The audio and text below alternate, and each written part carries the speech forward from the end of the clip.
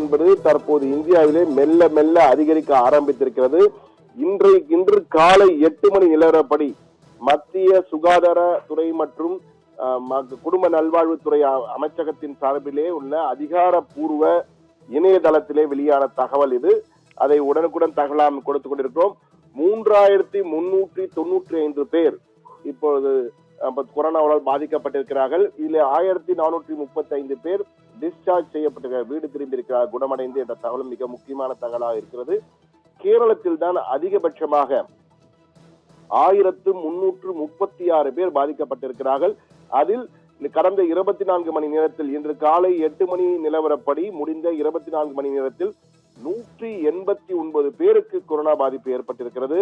அதே போன்று அதில் ஒருவர் உயிரிழந்திருக்கிறார் என்ற தகவலும் கிடைத்திருக்கிறது. நேற்றைய அளவிலே பார்த்தால் 4 பேர், அதாவது இன்று காலை 8 மணி நிலவரப்படி முந்தா நாள் 8 மணியிலிருந்து இன்று காலை 8 மணி வரை பார்த்தீர்கள் என்றால் அதாவது 4 பேர் மட்டுமே உயிரிழந்திருக்கிறார்கள் என்ற தகவலை மத்திய சுகாதாரத்துறை அமைச்சகம் உறுதிப்படுத்தியிருக்கிறது. டெல்லியிலே 375 பேர் பாதிக்கப்பட்டிருக்கிறார்கள். குஜராத்திலே 265, கர்நாடகத்தில் 234, மத்திய பிரதேசம் 16, மகாராஷ்டிராவிலே 467, 2ஆம் இடம் மகாராஷ்டிராவுக்கு தான் இருக்கிறது. ராஜஸ்தானிலே 60 பேர். தமிழ்நாட்டை பொறுத்த மட்டிலே 185 பேருக்கு கொரோனா தொற்று இருப்பதாக உறுதி செய்யப்பட்டிருக்கிறது. இன்று காலை 8 மணி நிலவரப்படி கடந்த முடிந்த 24 மணி நேரத்திலே 37 பேர் கொரோனாவால் பாதிக்கப்பட்டிருக்கிறார்கள். அதே போன்று 12 பேர் டிஸ்சார்ஜ் செய்யப்பட்டிருக்கின்றனர். தமிழகத்திலே நேற்று யாரும் பலியாகவில்லை என்பது குறிப்பிடத்தக்கது.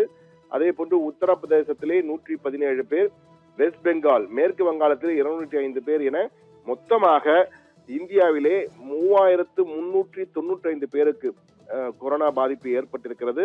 அதிலே 685 பேர் இன்று காலை 8 மணி நிலவரப்படி கடந்த 24 மணி நேரத்திலே அவர்கள் கொரோனா தொற்றால் பாதிக்கப்பட்டிருக்கின்ற என்ற தகவல் உறுதி செய்யப்பட்டிருக்கிறது. இந்த 3395 பேரில் இதுவரை 1435 பேர் டிஸ்சார்ஜ் செய்யப்பட்டிருக்கிறார்கள், அதாவது குணமடைந்து வீடு திரும்பி இருக்கிறார்கள் என்ற முக்கியமான தகவல். அதே போன்று நேற்று மட்டும் நீங்கள் பார்த்தீங்கன்னா 265 பேர் டிஸ்சார்ஜ் செய்யப்பட்டிருக்கிறார்கள். ஒட்டுமொத்தமாக கடந்த ஜனவரி மாதம் 1ஆம் தேதியிலிருந்து இந்த 5 மாதங்கள் கணக்கை எடுத்து பார்க்கும்பொழுது 26 பேர் கொரோனாவுக்காக பலியாகி இருக்கிறார்கள். இந்த கொரோனா 4.0 காரணமாக நேற்று மட்டும் 4 பேர் பலியாகி இருப்பது குறிப்பிடத்தக்கது. மிகுந்த எச்சரிக்கையுடன் இருக்க வேண்டும் என குறிப்பிடப்பட்டிருக்கிறது. ஆனால் இந்த கொரோனா 4.0 வீரியம் இல்லாமல் இருக்கிறது, இதனால் பெரிய பாதிப்புகள் இல்லை, இணை நோய்கள் இருப்பவர்களுக்கு தான் இது சிக்கலை ஏற்படுத்தும் என்று கூறப்பட்டிருக்கிறது. எனவே இணை நோய் உள்ளவர்களும் நோய் எதிர்ப்பு சக்தி குறைவாக உள்ளவர்களும் மிகவும் கவனமாக இருக்க வேண்டும் என மருத்துவர்கள் அறிவுறுத்தியிருக்கின்றனர்.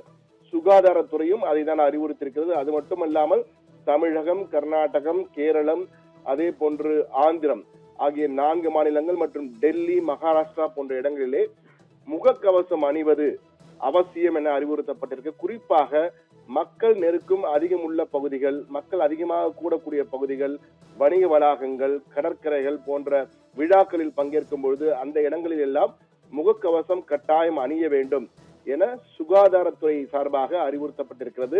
தற்போது கூட திமுகவின் பொதுக்குழு கூட்டம் மதுரையில் நடைபெற இருக்கிறது. அந்த கூட்டத்திலே பங்கேற்க வருபவர்கள் கட்டாயம் முகக்கவசம் அணிந்து வர வேண்டும் என மதுரையில் உள்ள பொது சுகாதாரத்துறை அறிவுறுத்தல் கொடுத்திருப்பதாக தகவல் கிடைத்திருக்கிறது. எனவே இது பொதுமக்கள் கவனமாக இருந்தால் நிச்சயமாக இந்த கொரோனா 4.0 வந்த வேகத்திலேயே திருப்பி அனுப்பிவிட முடியும் என்பதுதான் அனைவரின் கருத்தாக, குறிப்பாக மருத்துவர்களின் கருத்தாக எதிரொலிக்கிறது. கிஃப்டி.